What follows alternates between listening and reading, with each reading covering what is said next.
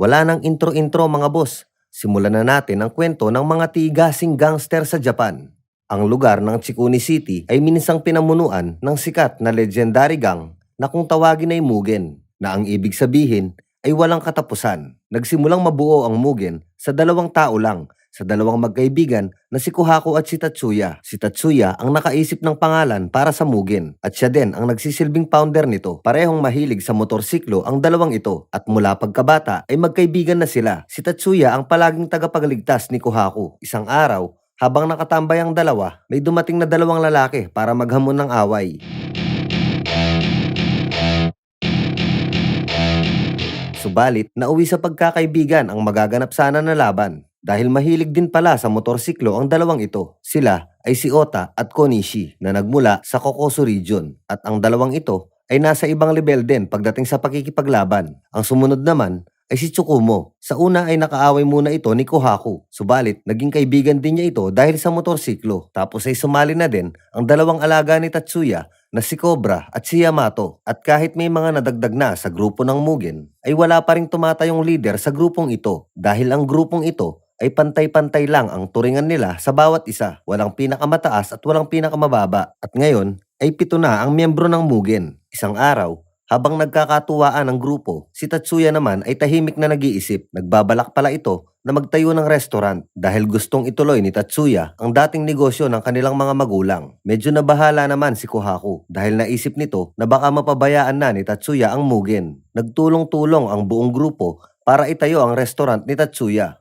na ang tawag ay Itokan. Siya si Naomi. Siya ang nakababatang kapatid ni Tatsuya. Bata pa lang ay naulila na sila. Samantala, patuloy na nababahala si Kohaku sa naging desisyon ni Tatsuya. Makalipas ang ilang araw, dumating si Ota at Konishi sa Itokan para magpaalam kay Tatsuya at Kohaku na pupunta sila sa Amerika para maging professional fighter. Natuwa si Tatsuya at proud ito sa 2.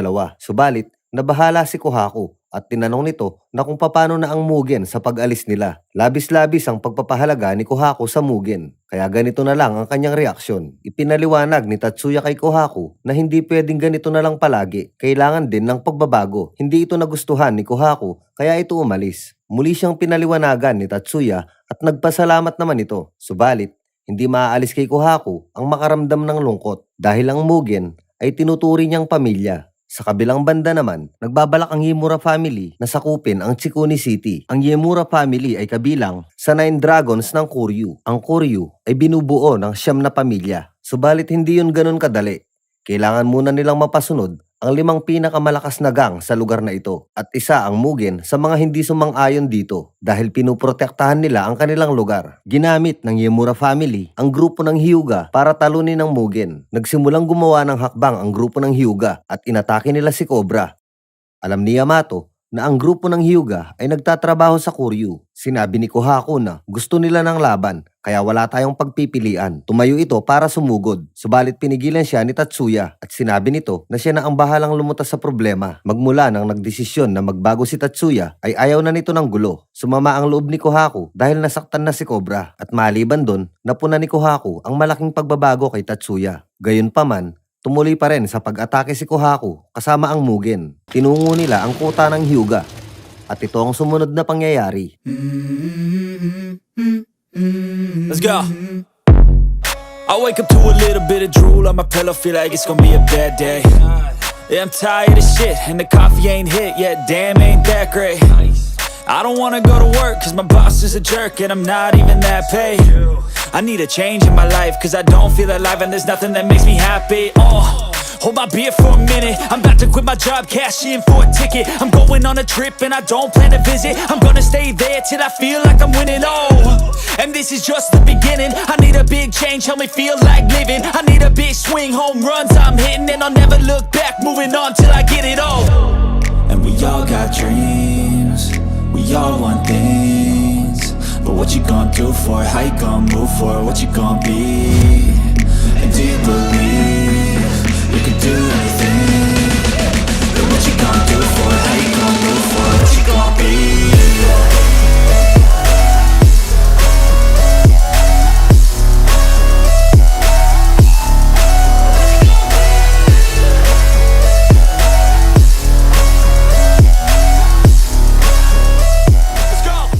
Nagtagumpay ang Mugen laban sa grupo ng Hyuga at dahil dito, biglang dumami ang miyembro ng Mugen at umabot sila sa mahigit 100 at ang grupo naman ng Hyuga ay natanggal na sa Koryu dahil sa pagkatalo nito. Nag-celebrate ang mga orihinal na miyembro ng Mugen dahil sa tagumpay na to. Subalit, wala dito si Kohaku dahil masama ang loob nito kay Tatsuya. Nagpaalam na si Ota at Kunishi. Ibinigay naman ng Mugen ang mga suporta nila. Subalit hindi si Kohaku dahil ayaw nito na magkawatak-watak ang mga orihinal na miyembro ng Mugen. Kinausap ni Tsukumo si Kohaku. Sinabi ni Kohaku na sumali ang lahat ng gustong sumali at umalis lahat ng gustong umalis. Sinabi naman ni Tsukumo na hindi dapat ganun yun.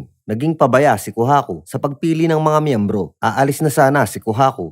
Subalit hinamon siya ni Tsukumo na uminom ng alak at kung manalo si Tsukumo, kakausapin na ni Kohaku si Tatsuya. Subalit natalo si Tsukumo. Tapos ay napaaway si Kohaku nang pauwi na ito.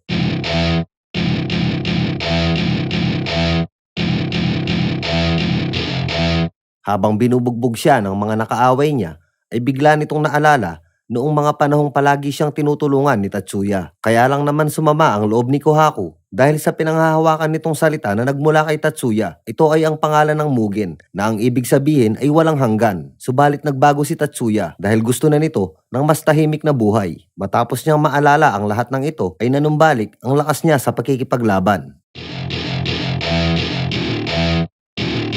Welcome to my party, we're just getting started. A life is a dream or a nightmare scarring. Hand me a drink cause I think I'm going all in. Get me a shrink who can catch me when I'm falling. Cover up my scars. Nagpatuloy sa pagdami ng miyembro ang Mugen na hindi naman nagugustuhan ni Tsukumo. Subalit walang pakialam dito si Kohaku. Lahat ng grupo na takot sa Koryu ay sumali sa Mugen. At kung sino-sinong gangster na lang ang nagkiklaim na sila ay miyembro ng Mugen. At kahit sobrang laki na ng grupo nila ngayon, ay hindi na sila kasing saya ng dati. Sinabi ni Tsukumo kay Kohaku na ang Mugen ay walang tumatayong leader. Sinabi naman ni Kohaku, noong 7 pa lang ang miyembro ng Mugen. Sa dami ng miyembro nila ngayon ay magulo ang grupo kung walang mamumuno. Sinabi ni Tsukumo kay Kohaku na nag-aalala si Tatsuya para sa kanya at hindi mo rin gusto ang ganitong klase ng Mugen. Sinabi naman ni Kohaku na umalis si Tatsuya sa sarili niyang kagustuhan kaya wala siyang karapatang mag-alala sa akin. Sa kabilang banda naman, may dalawang kalalakihan na sakay ng magagandang motorsiklo. Sila ang legendary Amamiya Brothers kung tawagin. Ito ay si Masaki at si Hiroto. Hinarang sila ng mga hindi kilalang miyembro ng Mugen. Inangasan sila ng mga ito at hinihingan sila ng pera. At sinabi pa nito na alam niyo naman siguro kung ano ang mangyayari sa inyo kapag nakipagtalo kayo sa Mugen at handa ba kayo na labanan kami. Tapos ay sinipa ng isa ang motorsiklo ni Hiroto at ito ang nangyari. Sinubukang awatin ni Masaki si Hiroto, subalit may sumipa sa kanyang likuran, kaya nakisali na rin ito. Welcome to my party, we're just getting started. A life is a dream or a nightmare scarring. Hand me a drink cause I think I'm going all in. Get me a shrink who can catch me when I'm falling. Nabitin si Hiroto sa laban, kaya dinampot niya ang isa at sinabi nito na ituro mo kung nasaan ang leader niyo. Nagtungo ang dalawa sa kuta ng mga Mugen. Welcome to my party, we're just getting started. A life is a dream or a nightmare scarring. Hand me a drink cause I think I'm going all in. Get me a shrink who can catch me when I'm falling. Cover up my scars, flip the handlebars, crashing in my car. At dito ay inabutan nila ang mahigit 100 miyembro ng Mugen. Kasama na dito ang orihinal na 4 na miyembro. Si Cobra, si Yamato, si Tsukumo at ang kasalukuyang namumuno na si Kohaku. Naunang humarap si Yamato at tinanong nito kung sino sila. Hinagis ni Hiroto ang kanyang helmet at dito ay nabasa ni Yamato ang Amamiya Brothers. Subalit wala siyang alam tungkol sa dalawang ito at dito ay nagsimula na silang umatake.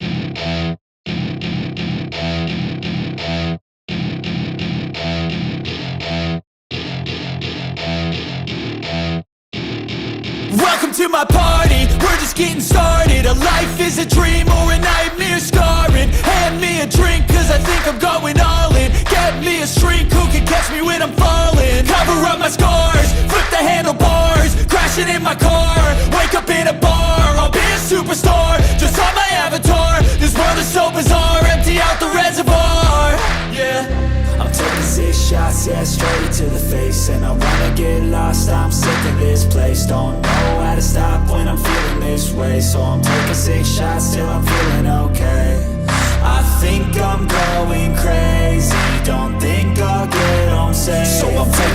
shots all straight to the face. I'm taking 6 shots, are you coming with me? I'm taking 6 shots, yeah, straight to the face. And I wanna get lost, I'm sick of this place. Don't know how to stop when I'm feeling this way. So I'm taking 6 shots till I'm feeling okay. I think I'm going crazy, don't think I'll get home safe. So I'm taking 6 shots, all straight to the face. I'm taking 6 shots, are you coming with me? Sometimes you need to let loose, grab juice, get goose, tattoos, taboos, get screwed. Loosen up, buttercup, all those hate coming. Pinatumba ng Amamiya Brothers ang mahigit 100 tao ng Mugen. Maging ang orihinal na 4 na miyembro ay hindi umubra sa Amamiya Brothers. Habang nasa Itokan, hindi sila makapaniwala na tinalo silang lahat ng 2 tao lang. Tapos ay sinabi ni Tatsuya na libu-libong tao na ang sumubok na talunin ang Amamiya Brothers. Subalit wala ni isa man sa kanila ang nagtagumpay. At hindi lang yun. Kung malakas ang 2 yun, ay mas malakas pa ang nakatatanda nilang kapatid na si Takeru. Isang gabi, kinausap ni Tatsuya si Kohaku at sinabi nito ang tungkol sa mga nangyayari. Dahil puro masamang balita ang kumakalat tungkol sa Mugen. Dahil ginagawa ng mga bagong miyembro, ano man ang naisin nila. Nagtaas ng boses si Kohaku at sinabi nito na wag mo akong pangaralan. Binaliwala mo ang Mugen. Pinaliwanag naman ni Tatsuya na kailangan natin ng pagbabago. Hindi ko binaliwala ang Mugen. Ang pagbabago at ang pambabaliwala ay magkaibang bagay. At sinabi ni Tatsuya na takot ka sa pagbabago. Isang gabi, nahuli ni Kohaku ang hindi kilalang miyembro ng Mugen na ginagamit ang pangalan nito sa kasamaan.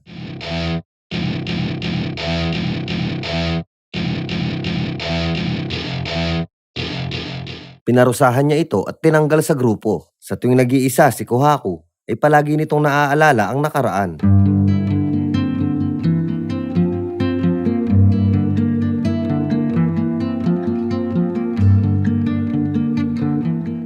Natauhan si Kohaku at tinanggap na nito ang kanyang pagkakamali. Kaya pinuntahan niya si Tatsuya para makipag-ayos at humingi ng tawad. Subalit sa hindi inaasahang pagkakataon ay nangyari ang trahedyang ito. May nagtangka sa buhay ni Kohaku at kagaya ng dati, muli siyang niligtas ni Tatsuya. At ang hinihinalang may kagagawan nito ay isa sa mga miyembro ng Mugen na may galit kay Kohaku. Subalit wala itong katiyakan. At pagkatapos ng pangyayaring ito, binuwag na ni Kohaku ang Mugen. Tapos ay nawala na din si Kohaku. Pagkatapos ng mga pangyayaring ito, binuo ni Cobra ang Sano Hoodlum Squad para protektahan ang kanilang bayan laban sa kung sino man na gustong sumakop dito at para ipagtanggol ang mga inaapi. At higit sa lahat, ito din ay para sa kaibigan ni Yamato at ni Cobra na si Noburu. Si Noburu ay kababata ni Cobra at ni Yamato. Mula pagkabata ay magkakasama na sila hanggang sa paglaki. Nabilanggo si Noburu dahil muntik na nitong mapatay ang lalaking gumahasa sa kanyang kasintahan. At nangyari ito ng mga panahong bago pa magkawatak-watak ang grupo ng Mugen. Isang araw, may isang grupo ng mga gangster ang gustong humamon sa Sano Hoodlum Squad. Sinetap nila ang mga ito sa isang abandonadong gusali kung saan laging ginaganap ng Sano Hoodlum Squad ang bawat labanan sa tuwing may aatake sa kanilang lugar.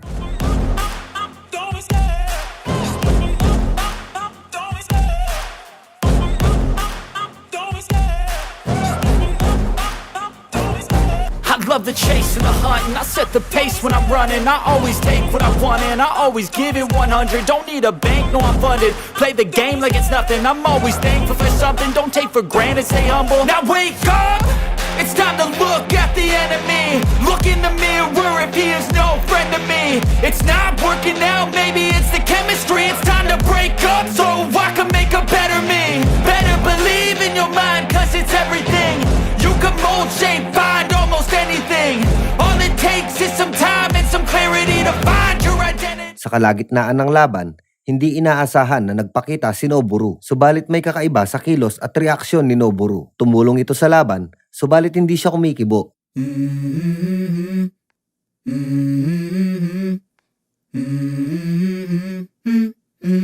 Let's go.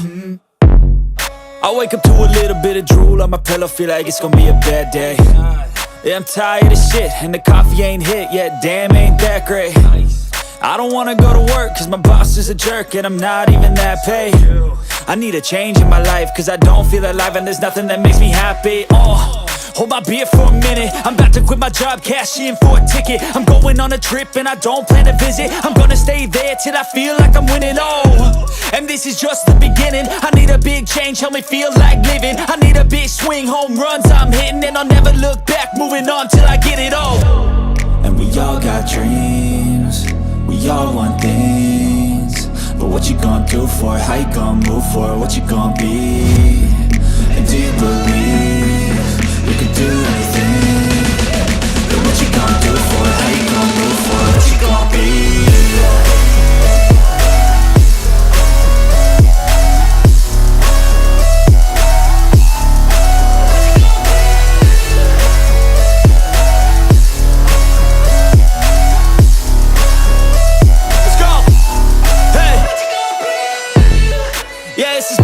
My strife, my right to fight, to die on.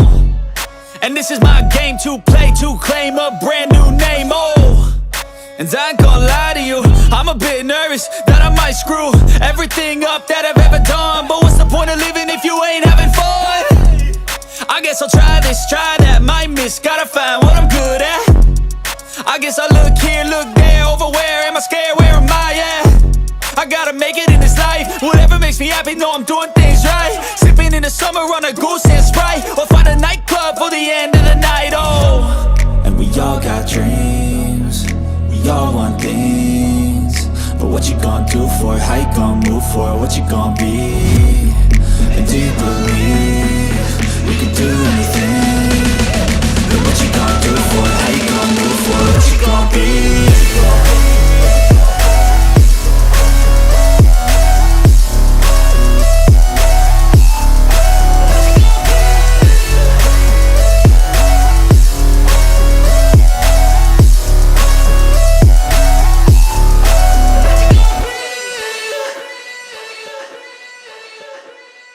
Nagpatuloy ang laban hanggang sa manalo ang Sano Hoodlum Squad. Nang pauwi na sila ay wala na naman si Noboru. Dumako naman tayo sa isa pang miyembro ng Sano Hoodlum Squad. Siya si Chiharu. Isang buwan ang nakalipas magmula nang makasali ito sa Sano Hoodlum Squad. Siya ay bagong transfer sa Oya High at dahil bago lang siya dito, hindi niya alam ang mga patakaran. Nakita niya na binubuli ng maraming kalalakihan ng isang estudyante. Kaya naman lumapit ito para tumulong. Ang nakabangga niya dito ay si Furuya. Siya ang number 2 sa eskwelahan ng Oya High. Tapos ay si Chiharu na ang pinag-initan ng mga ito. Hinabol siya ng mga taga Oya High hanggang makarating ito sa lugar ng mga Sano Hoodlum Squad. Sa hindi inaasahang pagkakataon ay nakabangga ni Chiharu si Yamato. Pinigilan ni Yamato ang grupong ito para hindi sila dito magkagulo. Napilitang lumaban si Yamato dahil nahampas ito ng tubo sa likuran. Madali lang tinapos ni Yamato ang laban at nagulat ito nang makita niya ang simbolo ng Oya High. Nang makumpirma niya kay Chiharu na taga Oya High ang mga ito, ay nagmadali itong tumakas dahil maliban sa delikadong kalaban ang mga taga Oya High, ay siguradong mapapagalitan siya kay Cobra kapag nalaman niya ito. Nakiusap si Chiharu na sumali sa Sano Hoodlum Squad. Subalit nag-aalangan si Yamato dahil kahit ano pa man ang dahilan, nanggaling pa rin sa Oya High si Chiharu at malaking gulo ito pag nagkataon. Dahil maaring masira ang balanse sa distrito ng Sword. Ang distrito ng Sword ay binubuo ng 5 pinakamalakas na gang sa Chikuni City at ang Sword ay hango sa mga panimulang letra ng bawat gang. Ito ang Sano Hoodlum Squad, White Rascals, Oya High, Rude Boys at Daruma Family. Magkakagulo ang mga ito kapag nagsimula nilang pakialaman ng isa't isa. Gayunpaman, naawa si Yamato kay Chiharu dahil wala na itong ibang mapupuntahan. Kaya sinabi nito na bukas ay ipapakilala kita sa Sano Hoodlum Squad. Sa kabilang banda naman, binisita ni Kohaku ang kaibigan nito na nakomatos na si Tsukumo. Kinabukasan sa Itokan, ipinakilala ni Yamato si Chiharu na nagmula ito sa Oya High. Nagulat ang lahat dahil isang malaking problema ang tingin nila dito. Inaya munang lumabas ni Tetsu si Chiharu para makapag-usap si Cobra at Yamato dahil maari itong gawing dahilan ng Oya High para makipaglaban sa Sano Hoodlum Squad. Sinabi ni Cobra na kaya nating pabagsakin ng Oya High anumang oras. Subalit, walang kinalaman dito ang Sano Hoodlum Squad. Hindi pumayag si Cobra sa gustong mangyari ni Yamato at sinabi nito na problema mo yan. Samantala, ipinaliwanag naman ni Naomi kay Chiharu na may pinangangalaga ang balanse ang Sword na sa maliit na bagay lang ay maaari itong masira at mag-away-away ang mga gang dito. Maya-maya lang ay paparating na ang grupo ng Oya High na pinangungunahan ni Murayama. Welcome to my party, we're just getting started. A life is a dream.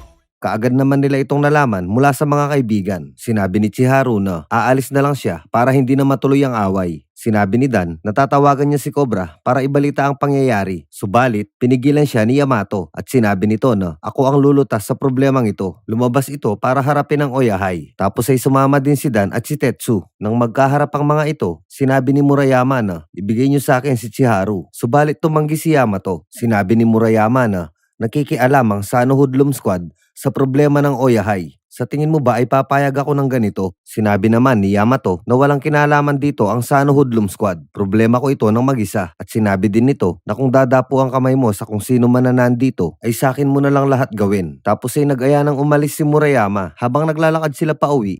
Tinanong ni Furuya kung bakit ito pinabayaan ni Murayama. Sinabi naman ni Murayama na kung may kinalaman dito ang Sano Hoodlum Squad, dapat ay nandun din si Cobra. Pagsapit ng gabi, ibinalita ni Tetsu kay Cobra ang nangyari. Kinabukasan, kinumpronta ni Tetsu si Chiharu dahil siya ang sinisisi nito kung bakit napasok sa gulo ang Sano Hoodlum Squad. Sinabi naman ni Chiharu na haharapin ko ng mag-isa ang problema ko sa Oyahai at humingi ito ng pasensya. Nagmamadaling pinuntahan ni Tetsu si Yamato para sabihin nito ang plano ni Chiharu. Hindi nagdalawang isip si Yamato at mabilis itong nagtungo sa Oyahai. Nagmamadaling pinuntahan ni Naomi si Cobra para ibalita ang pangyayari. Ang Oyahai ay ang letter O sa sword at ito ay binubuo ng dalawang grupo, ang mga part-time student at ang mga full-time student. Para maging pinuno ng Oyahai, kailangan mong lagpasan ang 100 suntok. Si Murayama pa lang ang kauna-unahang nakagawa nito. Si Furuya naman ay ang pangalawa dahil 78 suntok pa lang ang kinaya nito. Matapos tanggapin ni Murayama ang 100 suntok, pinatumba niya lahat ng estudyante dito. Kaya siya ang nahirang na pinuno. Pagdating ni Chiharu sa Oyahai, tinanong siya ni Furuya kung hindi ba nito kailangan ng tulong mula sa Sano Hoodlum Squad. Sinabi naman ni Chiharu na walang kinalaman dito ang Sano Hoodlum Squad dahil problema ko to. Tapos ay ginulpi na nila si Chiharu. Maya-maya lang, dumating na si Yamato. Ikinulong ni Yamato si Furuya at Chiharu para makapaglaban sila ng one-on-one. Tapos ay hinarangan ni Yamato ang pinto para walang makapasok. Hindi lumalaban si Yamato kahit binubugbog siya ng mga taga-Oyahai. Kasabay nito, paparating na si Cobra kasama ang Sano Hoodlum Squad. Bagamat nag-aalala si Cobra na baka masira ang balanse ng sword sa gagawin nilang pag-atake sa Oyahai, ay tumuloy pa rin ito dahil ayaw nang maulit ni Cobra ang nangyari kay Noburu. Hindi nila ito natulungan ng mga panahong kailangan ng tulong ni Noburu na naging sanhi ng pagkakulong nito. Nagsisi si Cobra at Yamato sa pangyayaring yun. Kaya ginawa lahat ni Yamato para hindi na ito maulit kay Chiharu. At ganun din si Cobra. Ayaw na itong maulit ni Cobra kay Yamato. At kahit ano pa man ang maging kapalit nito, ay maluwag nilang tatanggapin para wala na muling kaibigan na mapahamak. Sa kabilang banda, nagsimula ng umatake si Cobra kasama ang Sano Hoodlum Squad. Dito na po nagtatapos ang ating part 1 mga bossing. At meron pa tayong part 2, 3, 4, 5, 6, 7, 8, 9, 10. Hindi ako sure kung meron 10 pero abot siya ng 9. Pero alam ko 10 to eh. So ayun, sana po suportahan nyo dahil mahaba-haba po ang palabas na to mga boss. Sana po ay patuloy nyong abangan ng bawat part na ilalabas natin. Salamat po. Wash out nga pala sa mga solid nating supporters mga bossing. At sa mga hindi naman solid, okay lang. Wash out din sa inyo. Ito nga pala ang mga nagpa-shoutout sa atin. Shahani. Tama, Shahani. Prince Netan, watching from Saudi Arabia. Ayan, may mga OFW po tayong nanonood mga boss. Saka kay Ryan Edits. Isa po siya sa 93% na hindi nakasubscribe. Ayan, umamin. Pero nag-subscribe na po siya. At shoutout din kay Gilbert Saavedra at kay Joshua Romero. Ayan, fan po yan ng mga school gang movie. Ayan, mga Kraus, HNL. Ayan, shoutout po sa inyong lahat at maraming salamat sa matinding suporta.